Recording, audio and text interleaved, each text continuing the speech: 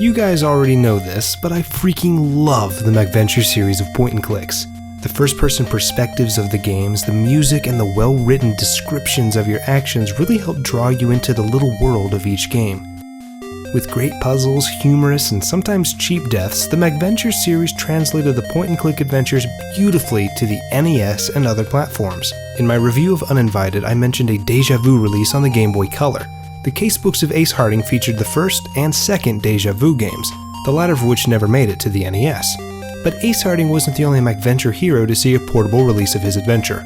Nearly 12 years after the original Macintosh version, Kemco brought the point-and-click fantasy to the Game Boy Color in the form of ShadowGate Classic, an updated version of the NES release of the original ShadowGate. While not containing any new features, the interface was streamlined to fit the smaller resolution of the Game Boy Color, and the graphics took advantage of the larger color palette available. The story of ShadowGate is the simplest out of all the Venture games. We, the humble player, are the last in a long line of hero kings, and are sent by a wizard to fight against an evil warlock lord hiding in the castle Shadowgate. The warlock lord is attempting to summon a behemoth from the depths of hell, and it's up to us, naturally, to stop him.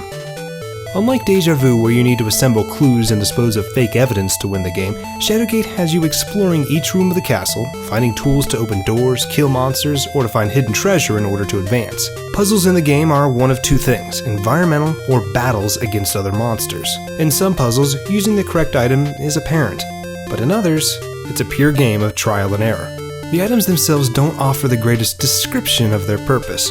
From magic cloaks and gauntlets to hammers and magic gems, their purpose is sometimes revealed after you've gone through the list of using every item you have to solve a puzzle, which can be annoying, but it's part of the charm, I think, to try every item, some of which are completely useless, just to see what happens. That's part of the adventure game trope that's always been kind of fun in these games. But there's another thing that stands out as well.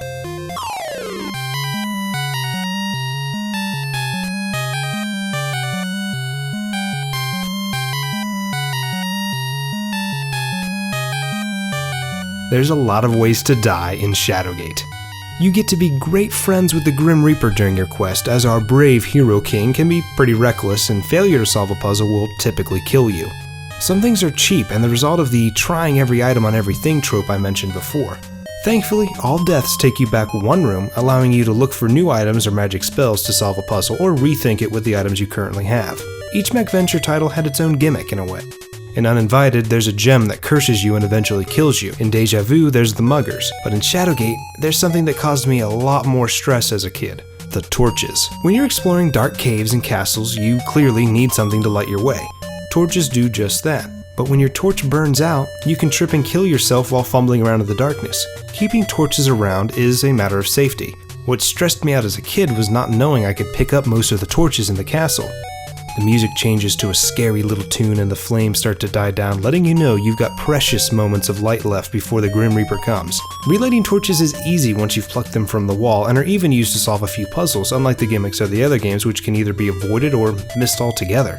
It's a mechanic that adds a sense of time to your adventure, since there's only so many torches in the castle you can use.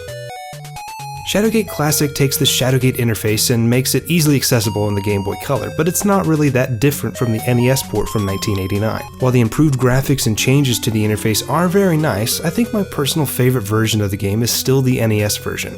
The scripts are a little different in between the two, but there's something about that old NES version I keep coming back to. Maybe it's nostalgia, maybe I like seeing my inventory at all times, or maybe I'm just an old softie for the NES. Who knows? But either way, Shadowgate is an adventuring experience worth checking out, and this version allows you to do so on the go.